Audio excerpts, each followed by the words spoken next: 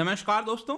I am sure आपको पता होगा कि जो पूरा फार्मर्स का प्रोटेस्ट देखने को मिल रहा है दिल्ली एनसीआर के रीजन में, यहाँ पर जो सबसे इंपॉर्टेंट और मूलभूत मांग है किसानों की वो ये है कि जो मिनिमम सपोर्ट प्राइस होता है इसको यहाँ पर लिखित में सरकार दे। लिखित का कहने का मतलब है कि स्टैट्यूटरी रिकॉग्निशन मिलना चाहिए, लॉ के थ्रू यहाँ पर ये पास होना चाहिए। इसी को लेकर काफ़ी ज़्यादा यहाँ पर किसान और जो सरकार है उसके बीच में वार्तालाप चल रही है। इवन यहाँ पर आप देख सकते हो लेटेस्ट न्यूज़ आया है कि now the heads of khaps in western UP demand MSP inclusion in the new farm laws. तो यहां पर अगर सरकार जो एमएसपी है उसको इंक्लूड कर देती है इस पूरे कानून के अंदर, तो एक तरह से यहां पर आप कह सकते हो कि कानूनी अधिकार मिल जाएगा किसानों को कि जो भी वो प्रोडक्शन करते हैं, जो भी प्रोड्यूस करते हैं, उसको मिनिमम सपोर्ट प्राइस पे सरकार को खरीदना ही पड़ेगा।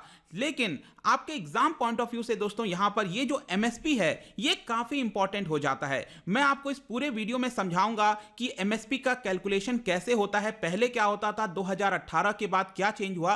क्योंकि अक्सर आप न्यूज में सुनते होंगे A2 प्लस FL के बारे में चर्चा होती है, C2 के बारे में। तो ये है क्या बेसिकली, यहां पर जो फार्मर्स की डिमांड है कि हमें C2 पर 1.5 टाइम्स एमएसपी मिलना चाहिए। ये सारी चीजें जो डाउट्स हैं आपके वो इस पूरे वीडियो में क्लियर हो जाएंगे। तो काफी कुछ जानने को है, चलिए आगे बढ़ते हैं। मैं हूं अंकित अग्रवाल और अपडेट के लिए आप मुझे फॉलो कर सकते हैं इंस्टाग्राम, फेसबुक और ट्विटर पर। मेरे लेक्चर की हर पीडीएफ आपको फेसबुक पर तो मिलेगी ही, प्लस साथ में आप मेरा टेलीग्राम चैनल ज्वाइन कर सकते हैं by searching Ankit Agarwal official. और अगर आप यूपीएससी की तैयारी कर रहे हैं तो आपके लिए सुनहरा मौका है, स्टडी IQ आपके लिए स्मार्ट कोर्सेज, जिसके थ्रू आप अपनी प्रिपरेशन और भी ज्यादा अच्छे तरीके से कर सकते हैं। तो सबसे पहले तो यहां पर थोड़ा बैकग्राउंड देख लेते हैं दोस्तों। आपको पता होगा कि कल जो है किसान और सरकार के बीच में कुछ बातचीत हो रही थी, लेकिन अभी तक कोई रेजोल्यूशन नहीं निकल पाया है। और यहां पर जो किसान है उनकी जो मांग है कि जो 3 नए लॉज लाए गए हैं फार्म से रिलेटेड उसको तुरंत वापस ले सरकार। और इसके ऊपर तो ऑलरेडी वीडियोस बने हुए हैं डिटेल में, स्टडी IQ पर आप देख सकते हो। लेकिन इसके अलावा जो एक सबसे इंपॉर्टेंट मांग है वो ये है कि एमएसपी को इस लॉ के अंदर जोड़ा जाए।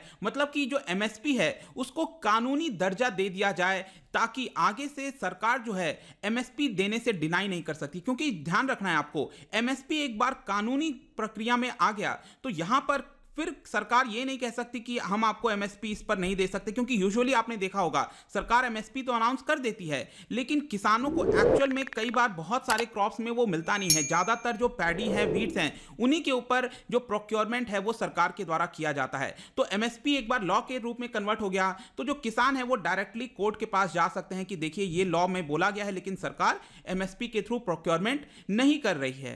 और यहां पर आपको समझना है कि एमएसपी किसानों के लिए काफी इंपॉर्टेंट मुद्दा हो जाता है, स्पेशली पंजाब और हरियाणा के किसानों के लिए, क्योंकि उनको एश्योरेंस प्राइस मिल जाता है। पैडी और वीट के लिए उनको एश्योर्ड प्राइस मिलता है कि जितना भी उनका प्रोडक्शन कॉस्ट है उसके अबव उनको एटलीस्ट रिटर्न आएगा। इसके अलावा एक और इंपॉर्टेंट चीज है, 2018-19 का जो यूनियन बजट पेश किया गया था अरुण जेटली जी के द्वारा, उस समय वित्त मंत्री थे, तो उनके द्वारा अनाउंस किया गया था कि जो भी कॉस्ट ऑफ प्रोडक्शन होगा उसका हम 1.5 टाइम्स मतलब 1.5 गुना एमएसपी फिक्स करेंगे, जैसा कि बीजेपी ने प्रॉमिस किया था अपने 2014 के लोकसभा इलेक्शन के अंदर। तो इसके ऊपर मैं वापस आऊंगा ये है क्या, लेकिन इसके पहले आपको समझना है कि ये जो एमएसपी है वो फिक्स्ड कैसे किया जाता है।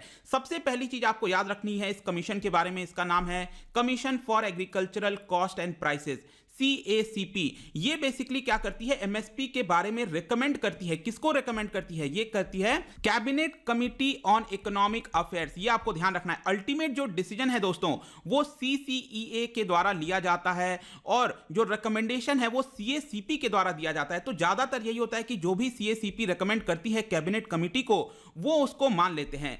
CACP के द्वारा कितने क्रॉप्स के लिए यहां पर एमएसपी जारी किया जाता है तो देख सकते हैं आप 23 क्रॉप्स के लिए। 23 क्रॉप्स में से जो 14 क्रॉप्स हैं वो आपके खारिफ क्रॉप हैं। खारिफ क्रॉप कौन से होते हैं, जब मॉनसून सीजन में उनकी सोइंग की जाती है। इसके अलावा 6 रबी क्रॉप्स हैं, विंटर सीजन में जब सोइंग की जाती है।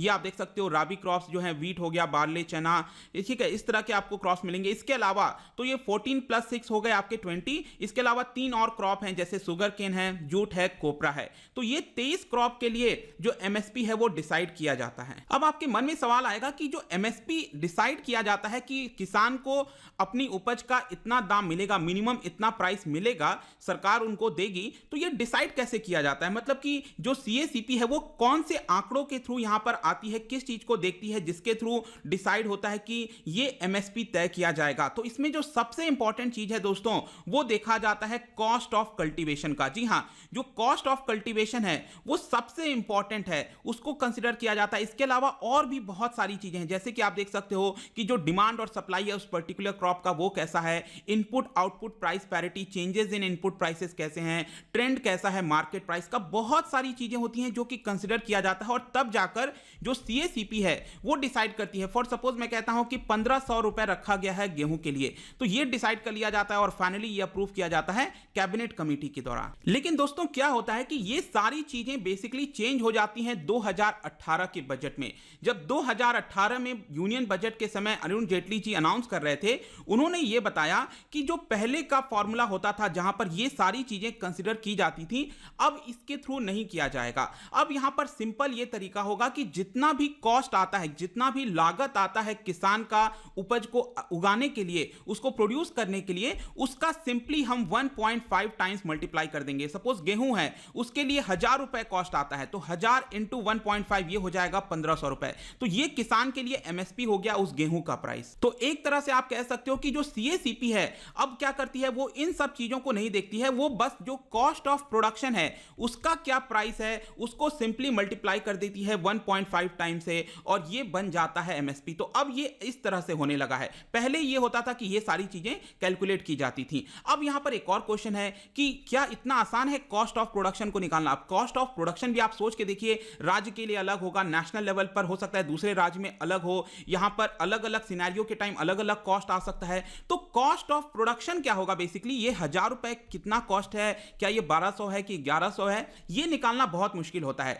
तो इसके लिए सीएसीपी क्या करती है? तो देखिए, सीएसीपी किसी भी प्रकार का फील्ड बेस्ड यहां पर एस्टिमेट नहीं करती, कहीं पर जाकर पता नहीं करती है। वो बेसिकली क्या करती है, जो directorate of economics and statistics है एग्रीकल्चर मिनिस्ट्री के अंदर, उनके द्वारा कुछ आंकड़ा जारी किया जाता है, state wise crop specific production का कॉस्ट जारी किया जाता है, उसको एक तरह से अनुमान बनाकर ये जो कॉस्ट ऑफ प्रोडक्शन है वो निकाला जाता है सीएसीपी के द्वारा। और एक और चीज याद रखना है कि ये जो डायरेक्टरेट यहां पर आंकड़ा जारी करती है वो ऑलरेडी 3 साल पुराना डेटा होता है, 3 साल के लैग में ये डेटा आता है। तो आप सोच सकते हो कि इसमें भी अभी कितनी प्रॉब्लम है कि जो कॉस्ट ऑफ प्रोडक्शन निकालना है वो भी हमारे देश में प्रॉब्ली रियल टाइम बेसिस पर अच्छे से शायद नहीं निकल पाता है। तो ये कॉस्ट ऑफ प्रोडक्शन हो गया। अब इसमें कई लोग कंफ्यूज होते हैं कि ये A2 प्लस FL क्या है, C2 क्या है। अब देखिए क्या होता है, जो कॉस्ट ऑफ प्रोडक्शन है दोस्तों, वो 3 तरह के कॉस्ट ऑफ प्रोडक्शन के आंकड़े जारी किए जाते हैं। जो कॉस्ट ऑफ प्रोडक्शन हो गया वो 3 प्रकार के होते हैं। एक होता है आपका A2, दूसरा कहते हैं इसको A2 प्लस FL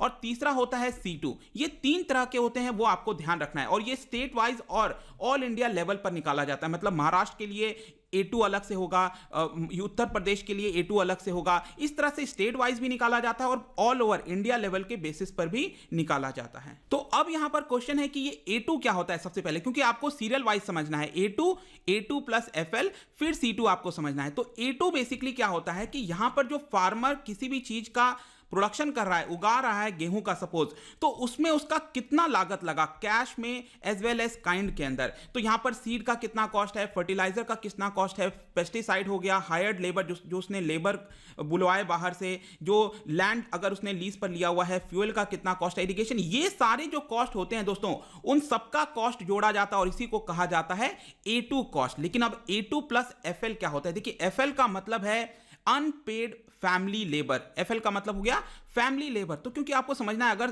ज्यादातर आपने देखा होगा कि गांव में जब किसान होता है तो उसके परिवार के लोग ही एक तरह से जमीन पर यहां पर काम कर रहे होते हैं। तो अब आप खुद सोच के देखो, अगर किसान अकेला होता तो उसको बाहर से कई सारे लेबर बुलाने पड़ते, देखभाल के लिए रखना पड़ता, तो उसका तो अलग से कॉस्ट आता ना। लेकिन ज्यादातर क्या देखा जाता है कि फैमिली मेंबर्स ही यहां पर उसकी देखभाल कर लेते हैं, सब कुछ हो जाता है। तो एक तरह से वो तो अनपेड लेबर हो गया, तो उसका भी तो कॉस्ट हमें जोड़ना चाहिए। तो A2 का कॉस्ट तो है ही है, इसके अलावा FL बेसिकली जो फैमिली लेबर का कॉस्ट होता है उसको भी जब हम जोड़ देते हैं तो यहां पर A2 प्लस FL आ जाता है। फॉर एग्जांपल A2 का कॉस्ट आता है, ये फर्टिलाइजर, ये जितनी भी चीजें हैं, इसका कॉस्ट आ रहा है 1000 रुपीज।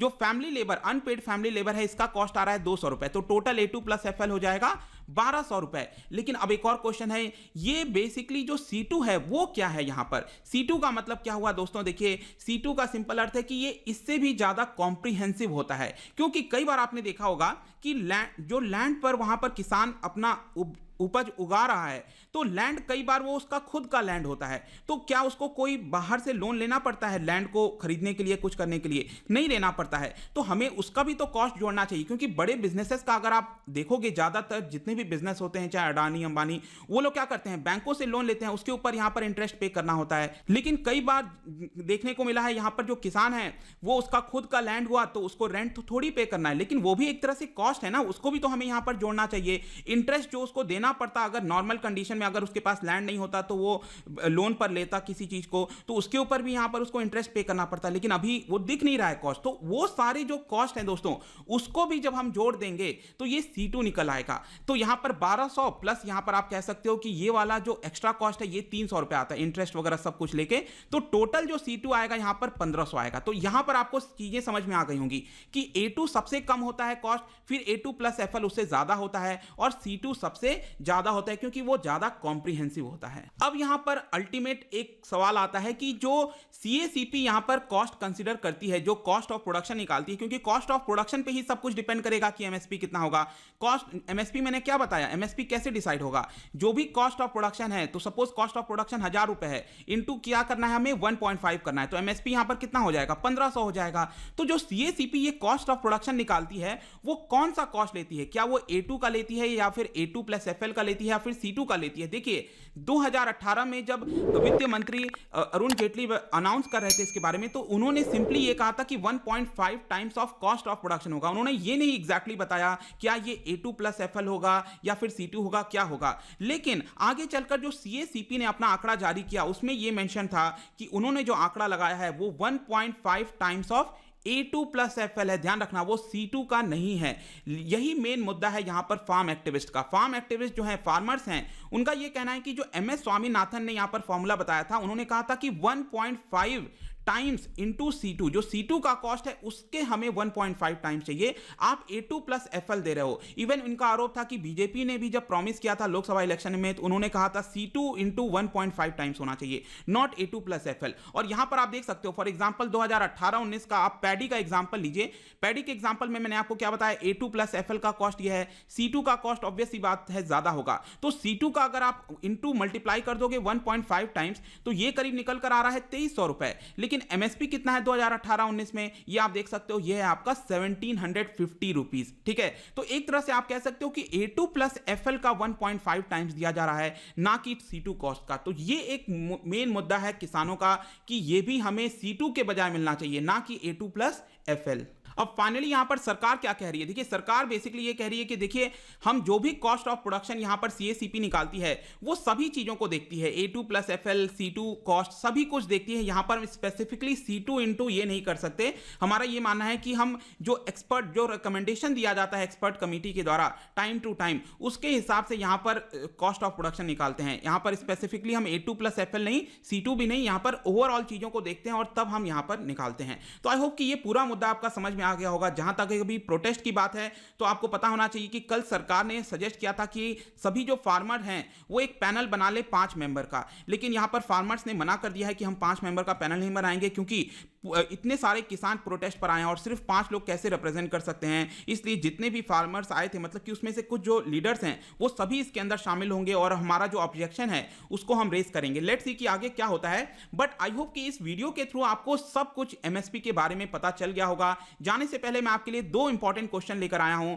एक आपको बताना है एग्रीकल्चरल मार्केट इंफॉर्मेशन सिस्टम, ये बेसिकली एक तरह का कोलैबोरेटिव फूड इंफॉर्मेशन इनिशिएटिव है, किसके द्वारा लिया गया, क्या आप बता सकते हो? इसके अलावा यहां पर एक और क्वेश्चन है related to agriculture in India. बताइए दोनों का आंसर क्या होगा। मैं जो इसका राइट आंसर है इंस्टाग्राम पर तो डालूंगा ही, अगर आप इंस्टा पे नहीं हो कोई बात नहीं, टेलीग्राम से आप इसका राइट आंसर ले सकते हैं। मैं कई सारे MCQs यहां पर डालता रहता हूं, इंस्टा पे आप प्ले कर सकते हो। अगर आप मुझसे इकोनॉमी पढ़ना चाहते हैं, कोई भी कोर्स परचेज करना चाहते हैं, स्टडी IQ ऐप पर जा सकते हैं। आई होप कि ये वीडियो आपको पसंद आया होगा। मिलता हूं आपसे next time. Till then thank you very much, see you soon.